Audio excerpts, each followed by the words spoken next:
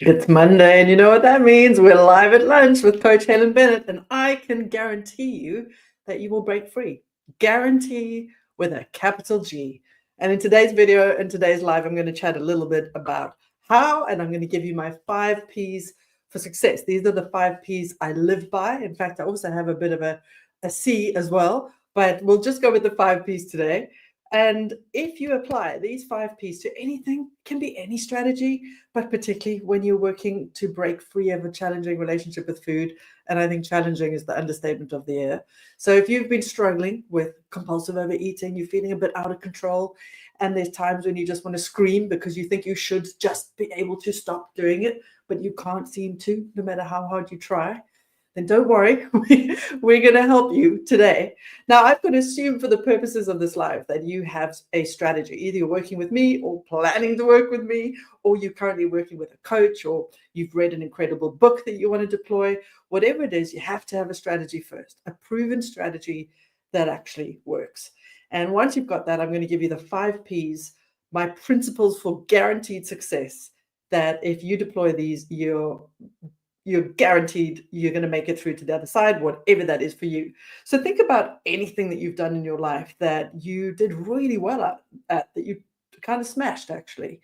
What did you have to do, or what did you do differently for those things?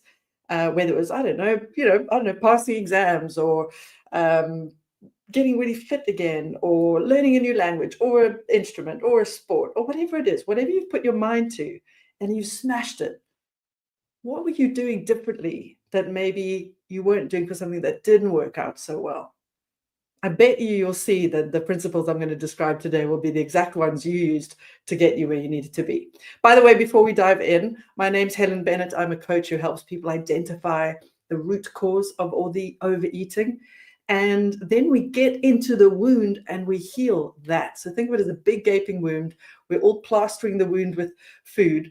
And what we actually need to do is get in there, get into the deep stuff, and heal what was really going on so that you can truly break free for good. And I have a strategy that I use. It's called the Food Freedom Formula. If you haven't heard me talk about it, or you want to learn all about it, just go to foodfreedomfoundations.com, and there's about a 40-minute masterclass in there where I walk you through the entire strategy that I teach everybody that I work with, and certainly that helped me break free. But assuming you've got that strategy in place, let's talk about how to deploy it to ensure, to guarantee that you get results. In this case, we're talking about the result of food freedom. However you define it, use my definition or yours. Food freedom to me, when I began this adventure just over a decade ago now, can you believe it? The words that came into my mind when I asked myself what I wanted was, I just want to eat when I'm hungry. I just want to stop when I'm full. And I just want to not think about it at all in between. Now, I've added to that definition since then. It's simple things like not feeling all the compulsion all the time to overeat, not to have one bite and have to keep going because you don't feel like you can stop. I wanted to break free of all the guilt and the shame I was carrying and actually feel pride in myself again. You see, on the outside, I looked probably pretty fit and healthy. But on the inside, it was a mess. And I knew so much of my relationship with food, and my body just felt like a lie, because what I was presenting to the world out there was not at all what was going on behind closed doors or in parking lots as I wolfed down everything I just bought from Woolworths, which is the South African version of Marks and Sparks for you Brits out there. So I know what it is to feel completely out of control, and I know what it is to feel freedom. Now, I just want to say quickly before we dive in, freedom isn't a there. It's not a place you get to and you get a tick, tick, well done, congratulations, you've passed. It doesn't work like that. It's something that it's who you become. And it's a slow process, and then suddenly look back and go, oh my goodness, that thing that used to be really hard, like going out for a meal at a restaurant and not binging afterwards, that used to be exceptionally difficult for me. But now I don't even think about it. In fact, it started with restaurants starting to feel really free and easy. And it was only then when you start to realize, oh, hold on, wait, I've just been out and had a great meal. And I didn't really even think about what I was eating. And I just ate what I wanted, and I stopped when I'm full, and I sent some food back to the kitchen, and I didn't think anything about it. And then I went home and got on with my day. And there wasn't a massive dash back to, the quick spa or whatever, the petrol station to get more supplies so I could binge all evening. It's it's a totally different world, but it's not like a switch just switches for most people. It's slow incremental changes, lots of work in different areas that add up. So let's assume you've got the strategy and now you're just ready to sit back and get busy with the doing. What are the 5 principles? Well, number 1, you want to prioritize this. If your work is not on your calendar, if this work is not on your calendar, you got your strategy, let's say you got a book, you've got whatever it takes, homework, videos to watch, whatever, and you haven't put it on your calendar, it's probably not a priority for you. And the other thing, if you want to take this a little bit further, is what I've actually committed to in the last couple of years, especially as I've been building my business, is prioritizing me first. So priority is coming first, and I put me first. And that's so challenging some days when there's a million emails come in and WhatsApps to attend to. It's very tempting to want to put everybody else first. And it can take a force of will sometimes to actually get myself to do my super 7, to look after myself and my health. And sometimes I don't get to do it, but most days I prioritize me. So not only is it on my calendar, and it's there every day, even if I delete it, it is there, but also sorry, I just had a bit of a head rush there. Whew. Oh, I think I need some fresh air in this office. 1 second, I'll be right back. Oh my goodness gracious me. I think this is perimenopause people hitting me live on YouTube. So I prioritize me, but also I put it in my calendar. So if you are saying you want something in your life, but it's not on your calendar, the work that it takes to achieve that's not in your calendar, whether it's a side hustle or a great relationship or improving your fitness, learning that new language, if it's not locked in on your calendar and you're not able to give it the attention it deserves, you ain't going nowhere fast. And I think the problem with food freedom is a lot of people come in thinking, all I need to do is read that book or speak to that therapist or whatever it is, and then suddenly the change will happen. And therapy can be great. I don't want to, poo-poo it. And so can be reading the book. But we actually have to be doing the work. And if we haven't got time to do it and it's not on our calendars, it's clearly not a priority for us. We can't think our way out of this. We can't watch YouTube to get our way out of this. And that actually brings me to the second P. Second P is practice. This is a doing thing. We have to practice until we can't get it wrong. Practice the new skills and drills. That's why I talk about skills and drills when I work, because if we keep it too much in the mental, nothing changes. We need to be doing the things. And sometimes that means writing out, a journal, or doing our headworms if you're working with me, headworm busting.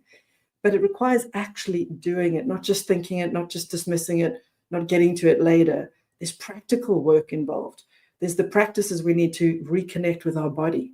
There's the practices of getting through the urges. How do I do that so consistently that I can do it on autopilot every time one of those urges hit in the early days?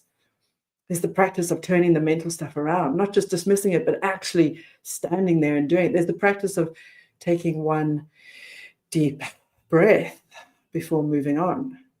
There's lots of practices that we didn't do in the past that we need to do repeatedly to change and hardwire something new. We can't change the brain if we're not doing new behaviors and thinking new thoughts and processing our emotions in new ways, really deliberately and repeatedly.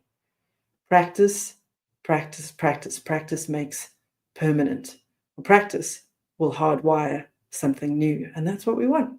In fact, it was practice, it was reps that got you in this pickle with food in the first place. The difference is you weren't really at fault for most of that, and you're going to push back on this.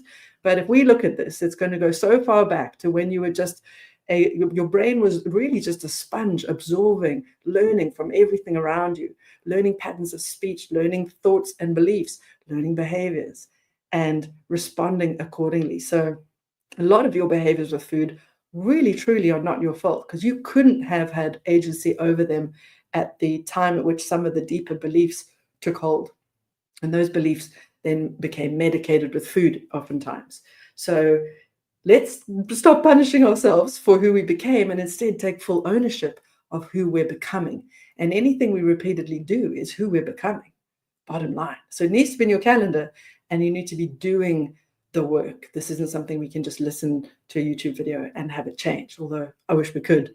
That'd be great. But I'm not saying don't listen to them. Please repeatedly listen, because even repeatedly hearing the information means we're more likely to do what needs to be done.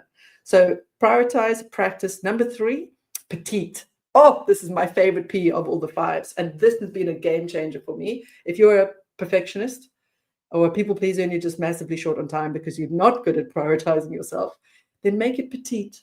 Make the work, make the practice so small that you can't fail to achieve it. Make it so small and so easy that you can't fail to achieve it. So it needs to be something. Don't push yourself so far out the comfort zone that it's so big and so overwhelming that you won't get it done. So for example, if you're trying to improve your fitness and you really wanted to do 2 hours of training a day, but you found yourself consistently really only having time for 15 minutes, then make it 5 minutes. Hit the 5. If you do, more fabulous. And hey, one day if you end up getting to 2 hours, wonderful, but just have a minimum always in mind. So on that busy day when you're getting up early, as I do, and you hit and Duolingo because you're really committed to learning a new language, then just do one exercise and get on with your day. The problem with perfectionism and people pleasing is we tend to hold ourselves, our expectations for ourselves can be a little bit too high. And what that'll look like is we then feel like that's not enough and it doesn't count. But every bit counts. Think of compounding interest. We spoke about this last week in the live. If you were just dollar cost averaging just a few, dollars every day into the market, woo, the difference over time.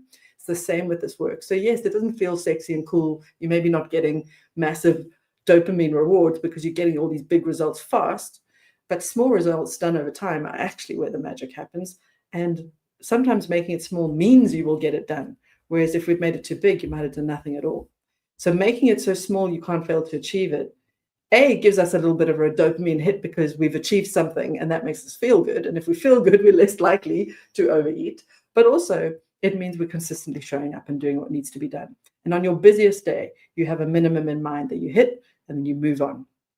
So that's number 3. Love it. Make it so easy you can't fail to achieve it. Number 4, this was all in the live last week. It was about the power of persistence. It's just showing up and committing and doing it, even if it feels like nothing's changing. As long as you're following a strategy that is proven to work, that has guaranteed, that has proven itself out in many different iterations in different people. If you have a guaranteed strategy that works with others, it's going to work for you so long as you show up. Get some help along the way for sure, but just keep going. And the thing with working with food, this is what we spent. If you need this, go and dive into last week's live. It was about how to stop a snack accident from turning into a binge. And it's all about the mindset that is failure proof. How to create a mindset that no matter what's showing up for you, how many little slips and setbacks you have along the way, you keep moving forward. That mindset that will keep you persisting in the face of a plateau. Sometimes we're just not seeing much change at all. And sometimes we're seeing big breakthroughs. But we've got to go through both of them. And sometimes we're going through horrible backslides. That's what we spoke about last week. It's like the stock market. Freedom, it's trajectory upwards, but boy, there can be some nasty bumps along the way. So that ability to persist despite sometimes evidence that anything seems to be changing is really important. And then the last one is patience. As human beings, boy, and I was not good at this. Patience is not my middle name, I tell you, but I'm learning.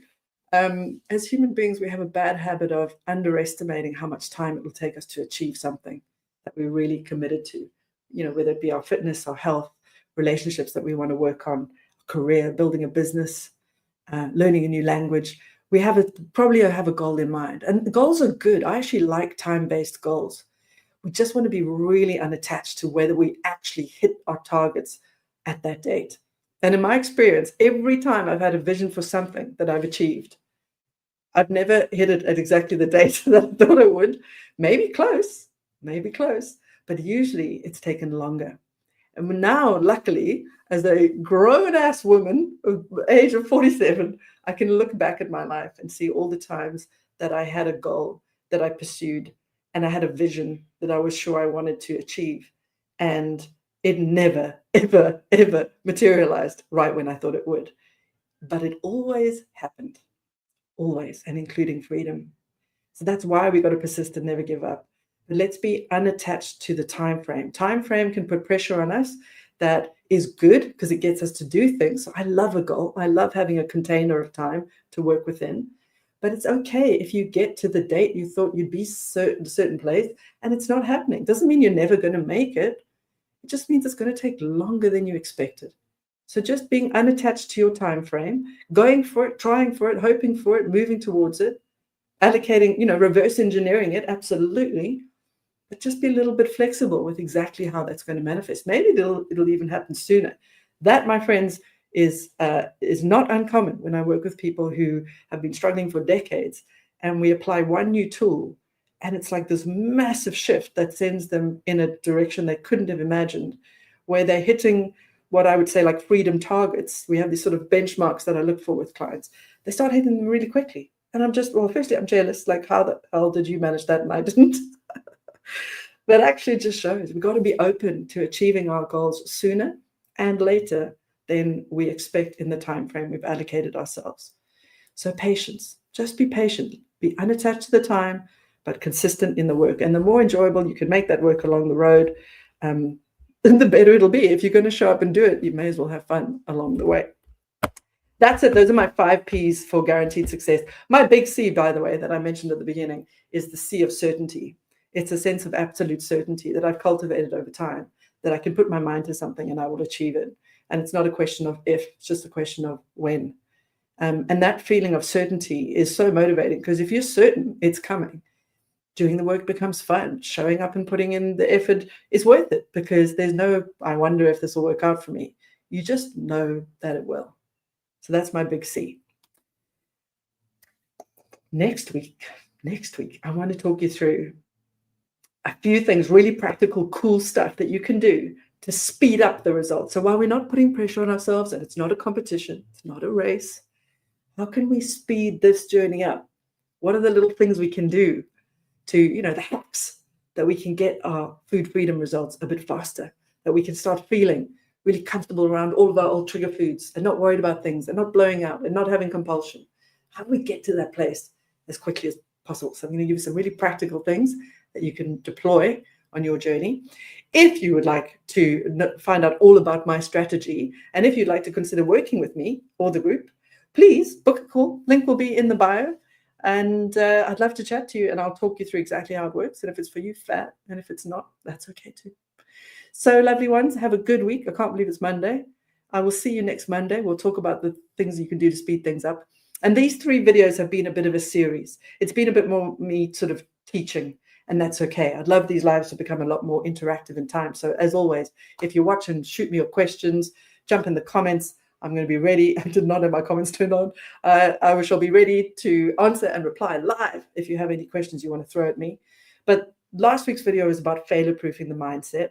This week's video was about how to guarantee results. And then next week's video, we're just going to talk about how to get those results as quickly as possible within the time frame that is required by the universe. So happy days. I look forward to seeing you then. Have a fab week. If you enjoyed this video, please smash that like button. Not only do I get a little bit of validation, makes me feel good, but YouTube finds out that people are finding this content interesting, and it reaches more people that need to see it. And of course, if you enjoy the content, you want to hear more about the work that I do, and you want to be notified when I'm going live so you can join me and ask all of your questions in the chats, just hit that notification button and you will get an email right before I go live, letting you know what the topic of the day is. And then you can jump in and join me while you eat your lunch. Fabulous, everybody. Have a beautiful week, and I'll see you next Monday.